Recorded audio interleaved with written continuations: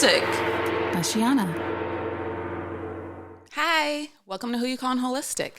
I am your host, Shiana Rivers. Welcome everybody, welcome back. Happy Black History Month. Happy Black History Month. Happy Heart Health Month. And happy Lunar New Year coming up.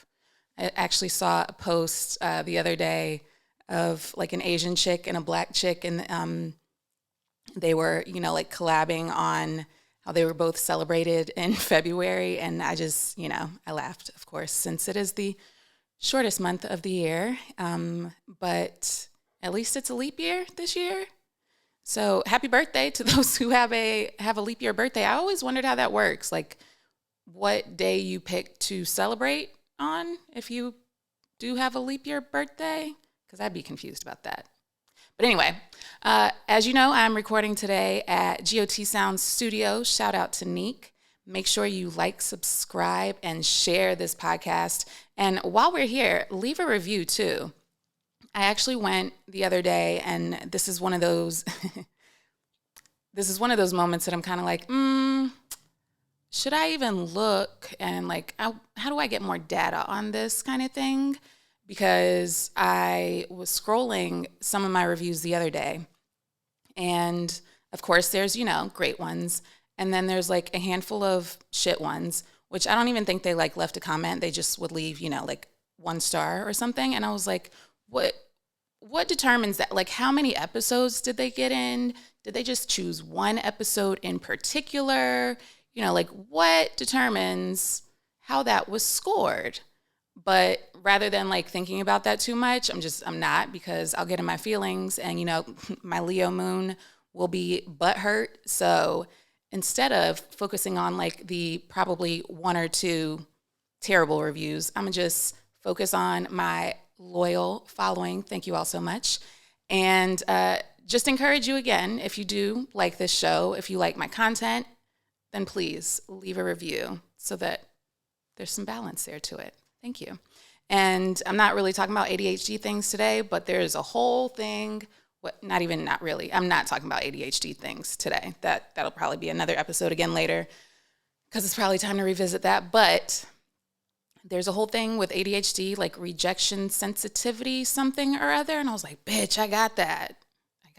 And here I was just thinking it was my Leo moon, but there's other levels to it. So anyway, back to Black History Month. So, and I got mixed feelings about the content that I see being a biracial person during this month, because of course, and fuck you to those people that post these things, but I hate when people say you only get to celebrate half the month, because bitch, I'm gonna celebrate as long as I want to, okay? All right? Especially in South Carolina, I'm all the way Black, no matter how we look at it, all right? And it's not like, we had any Black History Month celebrations at my own home growing up. As you know, I have a very, very white British mother. That sounds like some shit Shiana says. You're familiar. Pat. Shout out to Pat. So, yeah, Black history things weren't really discussed in my home. And even the content we'll be talking about today wasn't necessarily a thing in my home, which makes sense. My mom was worried about paying for rent and putting food on the table. So probably giving me Black history facts wasn't on her priority list. And more than likely, she wasn't familiar with the stuff that I'll be sharing today either. So I did want to touch on Issa Rae. Y'all, if you don't know, I love me some Issa Rae. And I wasn't one of the like original Awkward Black Girl supporters per se. Like I didn't really know of her like that just yet. But I did read that book of hers, Awkward Black Girl, or Confessions of an Awkward Black Girl, whatever it was, something Awkward Black Girl book. I read that years ago, back when I used to work at USC in the registrar's department. And I became a fan after that because, she was very authentic, still is, and real and relatable. And, we're seeing what she's doing now and like how that's continuing. And of course she's a Capricorn, okay? So you know I'm a big fan. And I was just thinking about some of the other people in the media industry and the entertainment industry that are also Capricorns and what they're doing for Black people and for, I could say for women too, because there's some of them, but also just for Black people. And Issa Rae has her media company, Hooray Studios or Hooray Media. And I remember thinking, like, you know, if I were to look at that as an example, like what kind of media something or what kind of group something should I have in the future? You know, it really got me thinking, like, what kind of platform do I need in the future to showcase my community, you know? So it's got some wheels turning, some things spinning. And if you aren't already familiar with that Issa Rae quote, because of course I had to bring up her stuff for Black History, but Issa Rae is very much famous for saying, I'm rooting for everybody Black. All right. And so am I. Okay. And outside of that famous line, she also has one. I remember I recreated this on Instagram for It's Feeling Like Me season. I'm a big fan of that one as well, as you know. But she's a Capricorn sun, and I had to look up some of her chart just to get some more information here. She's a Capricorn sun, Libra moon, and Taurus rising. And I was like, yeah, okay, I can see that blend. I can see how that works, how that meshes together. And if you are not familiar, she just recently made it during Black History Month. I'm sure that was arranged appropriately, I'm guessing. But she just recently made it to Time Magazine's cover. And I don't know if any of my listeners were watching Rap Shit. I was also watching that show because I was a big fan of Insecure. So I was like, I'm here for what Issa's putting out here. So I'm going to support what she got going on. I still haven't tried her wine yet. That's on the to-do list. But after Rap Shit got canceled, she was even, discussing how it's showing her, there's even more of a need for these other platforms to support Black shows because they're not a priority. But I was listening to her interview in that Time magazine. I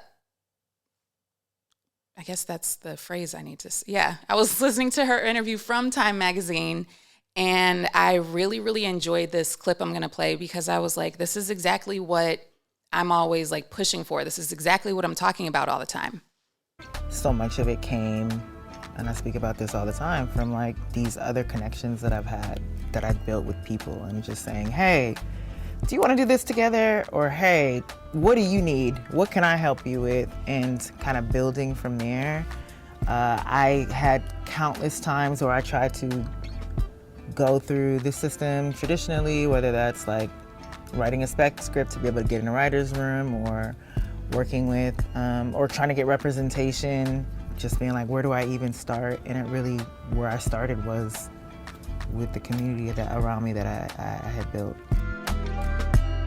Y'all know I'm always talking about your community, our community, and like really building with the community because, it only takes a handful of people to believe in your movement.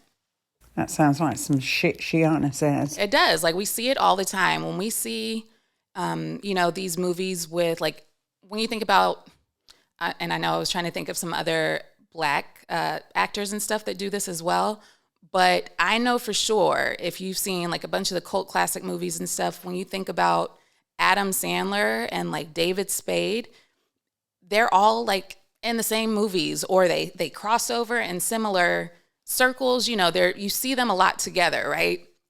And I recognized Issa Rae doing that with the people she was building with. And I'm seeing it happen, in the entertainment industry with other podcasters and other influential people. Like, you see them with their circle, and you see them in these different pockets of fields that they are expanding and, bringing more awareness that there's Black people lacking in these spaces, and just also bringing more awareness to the equality needed to continue to grow in these spaces. So I see Issa Rae doing it, and I was thinking about how I'm doing that myself. It's the same group that I'm building with, and I was really just thinking about just how potent and powerful that can be to find your people and to grow and to strengthen what the fuck you got going on. So again, shout out to Issa for her inspiration and just, being a role model for what we are all building out here. And I know she even mentioned in that interview how she was really focused on, in order to get to these next levels, for instance, having a whole other platform for Black shows and stuff, she's got to build the finances behind that and what that looks like. So I see why, she's got her wine thing going on, and I can see her probably having some other products in the future. And, we've seen that with Rihanna. We've seen that with now Beyonce just discussed releasing her hairline too. So it's just, you see what has to take place in order to make some waves and make some impact to leave these legacies behind. And actually, again, because Capricorn, they are the foundations of the things, building these foundations for what we got going on now and for those behind us, building what they got going on too. So I'm looking forward to seeing what she's building in the future. I love seeing people win, and I really love seeing Capricorns win. And speaking of Capricorns winning, I was yesterday years old that I learned that Lil Jon is a Capricorn. But yes, I did not know, and I was like, of course, I love him even more now. But Lil Jon is putting out a meditation album, if you're not hip. And I was like, I can see that. I can actually see that, because I've spoken before about how, there's certain people's voices that can either really move you and motivate you, inspire you. And then there's some people's voices that just feel like nails on a chalkboard and you can't fucking stand to listen to them. Lil Jon doesn't have one of those. He very much has a speaking voice that I would listen to during a meditation. I would listen to his guided meditations. And if some people that are cool with Lil Jon need to collaborate with me, for sound healing and or Reiki for, a tour or something, you can reach out to me. Just let me know. I'm up for that. Andre 3000 too, it could be a whole thing. I'm here for that. And I'm curious as to what, entertainers are going to be doing moving forward, as we're seeing what the rap game looks like shifting. Because, Usher's not a rapper, but, that generation, that was my high school years into college time. So seeing those generations growing and evolving is really, really lovely to see, because, and I'm sure, I have it in my heart that Andre 3000 is going to release another rap album at some point. Probably not this year, but I can see it happening. But I do like seeing that they're like, you know what? That's not what we need right now, especially in the age of Aquarius. We are building as a collective. And if you are all the way familiar with how sound carries a frequency and how sound heals, and how people say, the revolution won't be televised. No shit. But in order to make revolutionary things happen, we have to be using our voices. We have to be on these platforms and putting out work and content that allows us to use our voices as frequencies and use sound as healing in order to continue to shift the collective. So I'm here for it. I support it. And I'm looking forward to that meditation album. Like, I'd be curious who else is out there listening to it. So let me know if you check it out and what you think, because I guess it'll be out next week. So I'm here for it. And I don't know, I guess I'll have to play it first, because I was going to say, I don't know if I'll be able to like play it for clients. I could play Andre 3000's album for clients, but I remember like when I listened to it, I was like, this is not like a sit on the couch and drink coffee thing. This is definitely a meditation situation. Like, it definitely has its place, and that's what it'll be used for, meditation or Reiki clients. So, but knowing the things about having these platforms and sharing your voice is just also what reminded me of, you know, the start of this podcast, and how this podcast, you know, just to remind you, was not originally a podcast. I didn't even really entertain having a podcast at the time, but this started out as a web series. And my idea was to have a web series to bring more awareness specifically to the Black community about alternative therapies. And I went down a whole, you know, journey down memory lane of what led to that. And I remember back when I was massaging at the salon I used to work in, and I started there in 2012, just to give you reference of the timeline, because this podcast started, 2020? You could say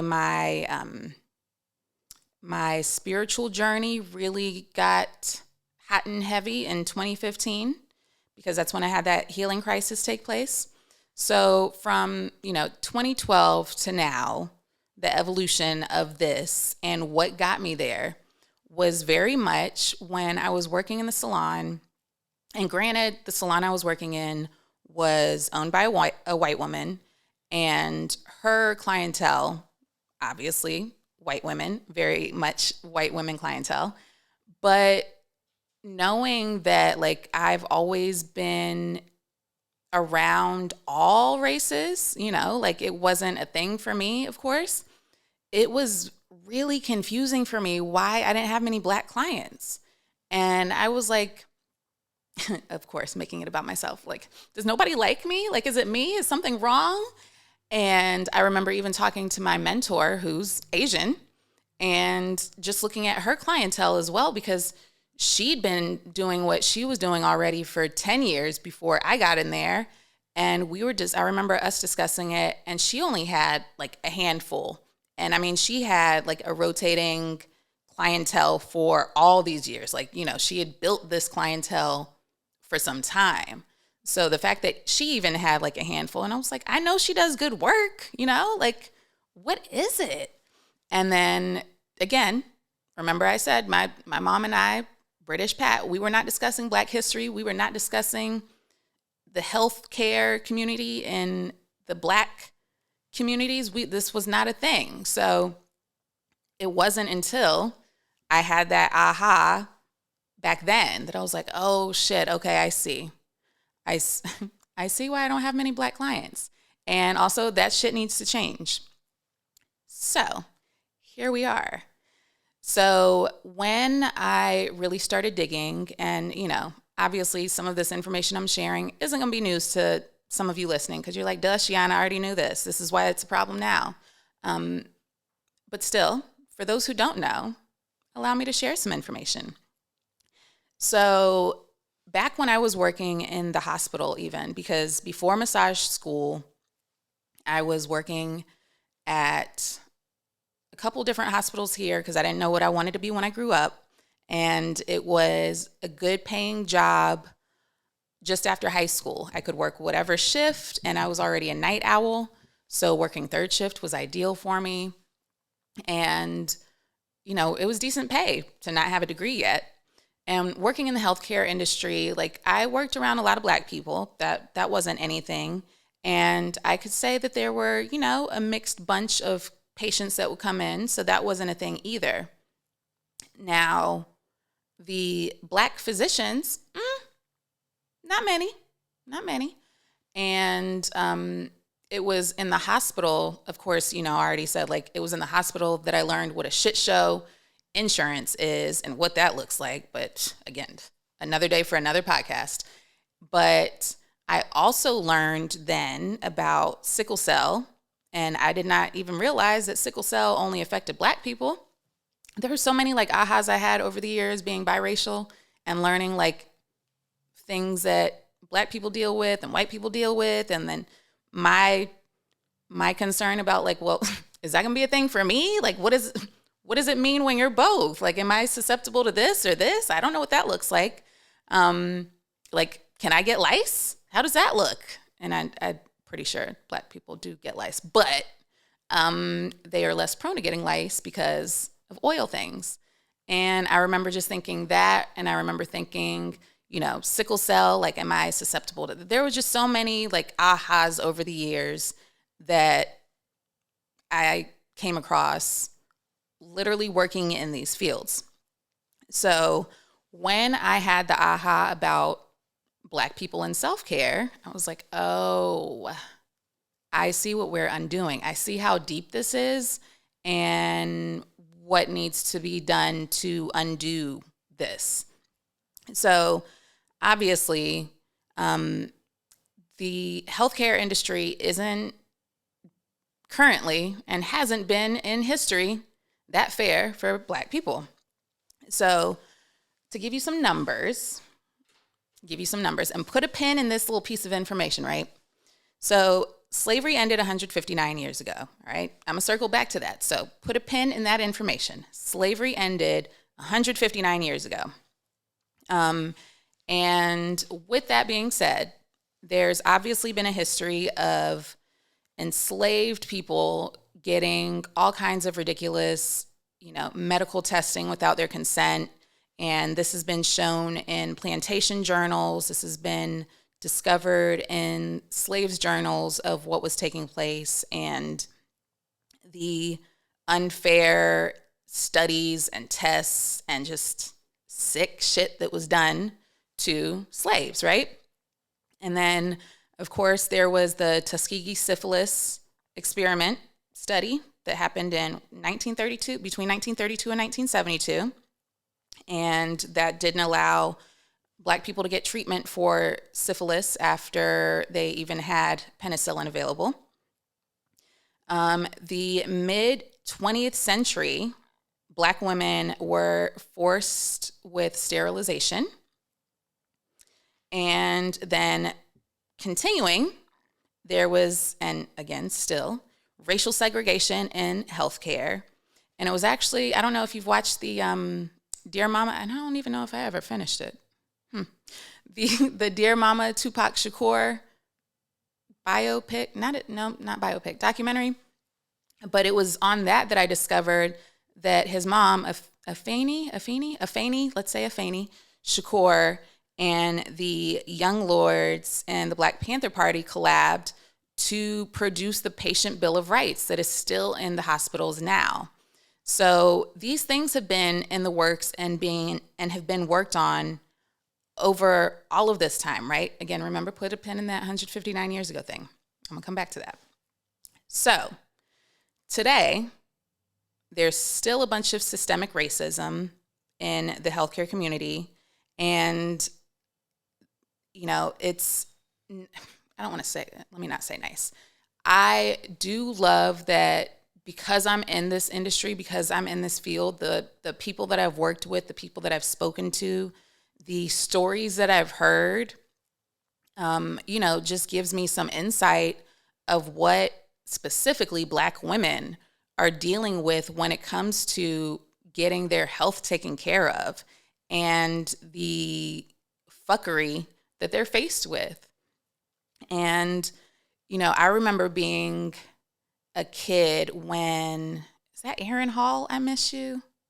I remember when that music video came out. I don't remember how old I was. I should have looked that up. But I remember seeing that music video and boo-hooing, like boo-hooing about what took place in that music video. And I remember, much like when we would watch, the scare tactic videos on smoking cigarettes and how they were going to kill you, or drugs are bad and they're going to fry your brain, the way that information was ingested into my brain, I immediately thought, you have a baby, you're probably going to die. And that's not necessarily realistic. However, it has been reported that Black women are 3 to 4 times more likely to die from pregnancy complications. And much of that is because their practitioners aren't listening to them.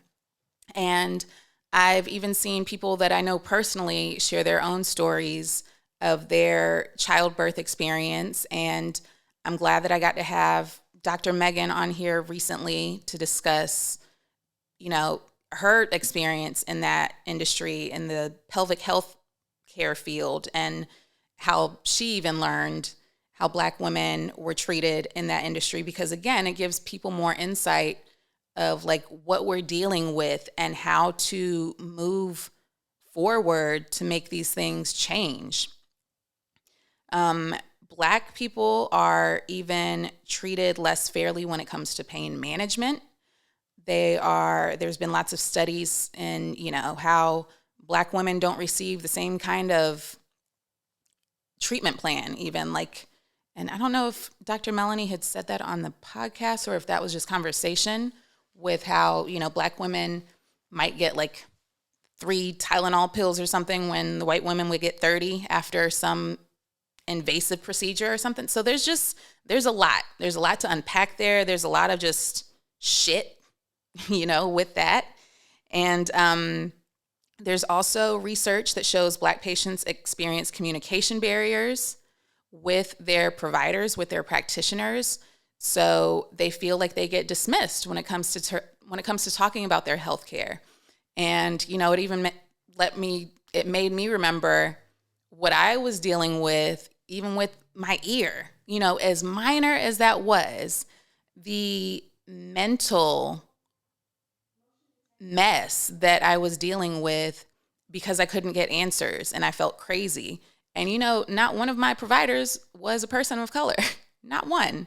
And then finally, when I did get into the alternative therapy, my practitioner was Latina, so yay, there was some similarities, but still it's nice to see other people that look like you. And I get that now. I mean, I got that before, but it does make you feel a lot more comfortable in having these conversations and saying, wow, they might actually understand what I'm going through. They might actually understand how to provide good service for me. And, much and I used to work for a gynecologist, by the way, and it was a male gynecologist. And I remember thinking he had been in the industry for years, he was close to retirement age. And I just remember thinking I wouldn't want a male gynecologist. Yes, he might have studied my parts in a book, but he doesn't really know, how can he relate to what I got going on inside here? He can't. He doesn't really know. So I can see that with the healthcare field too. You do want somebody that you can relate to. You want somebody that can treat you the way they want to be treated. And it really wasn't until I had a therapist that was Black. And I love her. Of course, I'm not going to give her name because I don't want everybody taking all her appointments.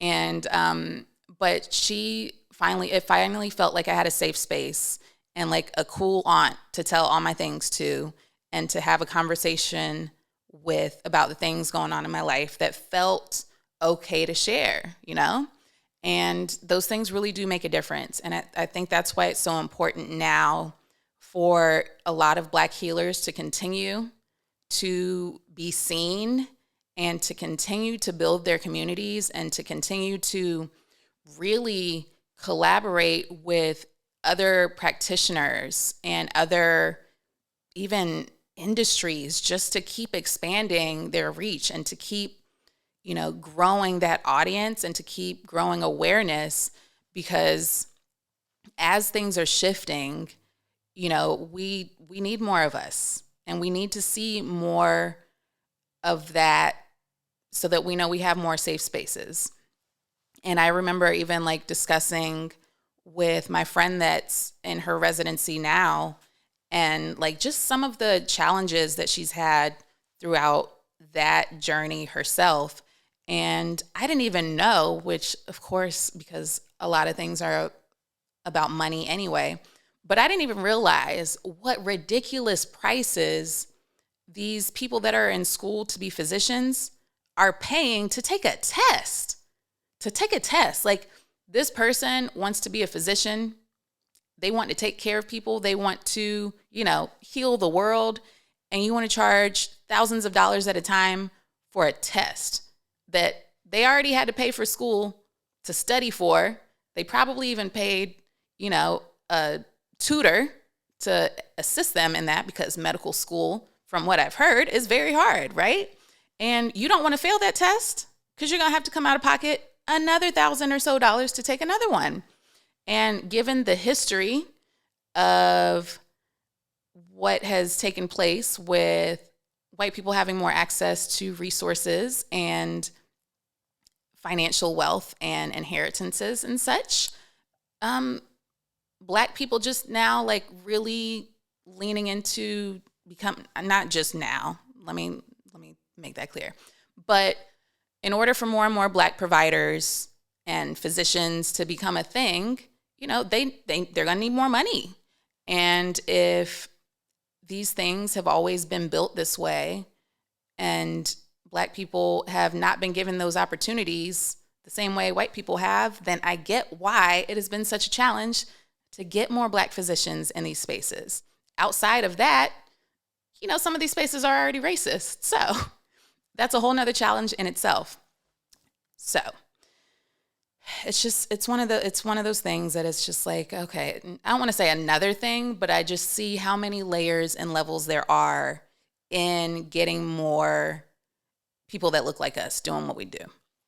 So it was even on Twitter I think it was like 2021. It was a few years ago. Like, this was not that long ago that I saw this. And remember, I was in massage school in 2011. And even before massage school, I remember I had this flashback. I was talking to a friend recently. We used to have the Encyclopedia Britannicas. And I remember flipping through the anatomy one. I was very fascinated with the anatomy one because it had like the laminated pages in it. And you could see like the layers of muscle, tissue, and bones and stuff. And I just remember thinking like, this is really cool. Like, I like to be able to see this and study this. It was really, really neat. But in all the years since that Encyclopedia Britannica, since probably sex ed and, then massage school in 2011, when it came to learning anatomy, physiology, looking at pictures of bodies that we were studying, none of them were Black, right? None of them were Black. So when it came to like 2021 and I saw it on Twitter, it was a Black belly with a fetus. And I remember the comment was like, in all my years, like, I'm just now seeing a Black fetus in a womb. Like, what is that? So that's a whole nother avenue of like a barrier that has been built that we are breaking now and continuing to break. So even outside of Black healthcare providers and Black healers, we are seeing even more developing with Black creators and why they are so important in this movement. Because we do need more Black illustrators to get into these spaces, to offer their own input, to offer their own way of showing like what it really looks like, what things we really experience. Because even hearing that some, people that are in medical school and stuff, there's certain say like skin disorders and stuff, they're going to look way different on a white person than they are a black person. So like, how am I supposed to treat this when I don't know what it looks like because I've only been given this one picture, right? So there's, again, just so many layers of things that have to be rebuilt, like torn down and rebuilt, essentially. So going back to slavery just ended 159 years ago, right? According to my calculations, not according to my calculations, some of this was ChatGPT, thank you for that. And, but as a healer, especially as an energy healer, especially with what I do in treating the body as a whole and also addressing generational trauma, which clearly I was just discussing on this whole episode. You know, one of the things that I've learned in this industry is just how much of an impact we're making by healing ourselves, right? Because when we work on healing ourselves, we're healing our families, we're healing our communities, but we are also healing 7 generations of trauma. 7 generations, okay? Are you doing this math? Is the math mathing yet? So, according to ChatGPT, a generation runs about 25 to 30 years, all right? There's some other factors that play a part, but 7 generations ago was between 175 to 210 years, all right? Is the math mathing yet? So, slavery ended 159 years ago. 7 generations, 175 to 210. You see what I'm saying here? So, it really is like we can really see like what's brewing now, right? Like I really feel that obviously my generation, which we're the Pluto and Scorpio generation, the millennials are the Pluto and Scorpio generation. So this tracks when I'm looking at this math. The Pluto and Scorpio generation is very much here to say, y'all fucked this up. We got to fix it. All of this is wrong. I like what you did there, all right? But it's not right. So we are rebuilding things. We are pointing out the things that have been taboo, much like Black pictures in an anatomy book.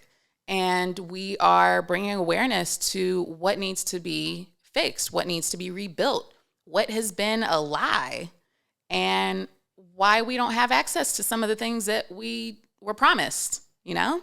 And I love that I get to be a part of this. I love that I have a platform like this to bring on other people that are a part of this. You know, if you haven't already, I'm sure you have, but make sure, again, you know, you check out some of these other episodes I've had with especially the Black women on here. Like, they're doing some big shit, all right? And, like, I'm so honored to be a part of that and to even have a piece of that history with what's happening moving forward.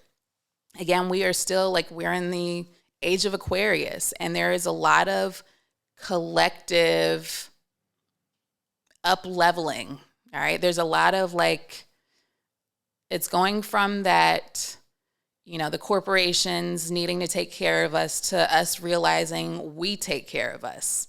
And again, that is why our communities are so important. You know, we are a tribal people at the core of it. And much like Issa Rae put, she was given these challenges over the years in her own industry. And it took her looking at her community around her to say, hey, like, they fucking up over here. Like, let's do something together. Let's build something together, because that way isn't working. I tried to go that route. Fuckery. Let me build my own way. And if that's what it's going to take, then so be it. You know, we can build our own way and we can do it together, and we can bring those up around us that are supposed to be a part of this movement too. So, with that being said, I cannot stress it enough how important it is to really grow and build with your community. Really, really collaborate with those around you to make these changes, to bring more awareness to this, because I had a strategy call recently, and we were discussing what my demographic looks like. You know, what people am I talking to? What people are listening to my message? And when we discussed races, I was like, you know, I actually have like a really good mix, right? Like I don't have to code switch. Thank God for that. I don't have to code switch for anybody. I sound like myself. I am myself. And I'm grateful that perhaps that is a part of why my demographic is so diverse. But in saying that, knowing that my demographic is so diverse, that's why it's important for me to share all of these things so all of my demographic can see, you know, what we're working with so we can make these changes.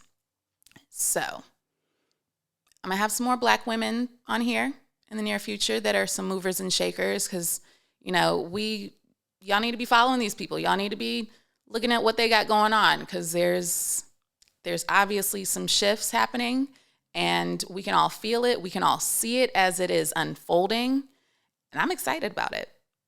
So if you are not already on my email list, make sure you sign up for that. You know, I share all of the resources, all of the information you need to be checking out on there.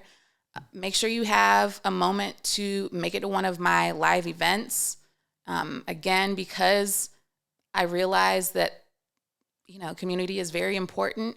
I really do want to give people an opportunity to grow their own communities, build with these other people that are doing similar things to what they're doing, because there's pockets of this. And like, I'm not in that space to be competing with anybody but myself. And I'm here for the collaborations. I'm here for the aligned collaborations, okay? And the more we can collaborate and build something better, the better we will have for those behind us. So that felt like a little mic drop moment, right? Anyway, thank you for tuning in. Again, a reminder, if you didn't already, go ahead and leave a review for me, because thank you. And thank you for the opportunity to allow me to share these things, to allow me to be in this space and do what I do, because I really do enjoy it.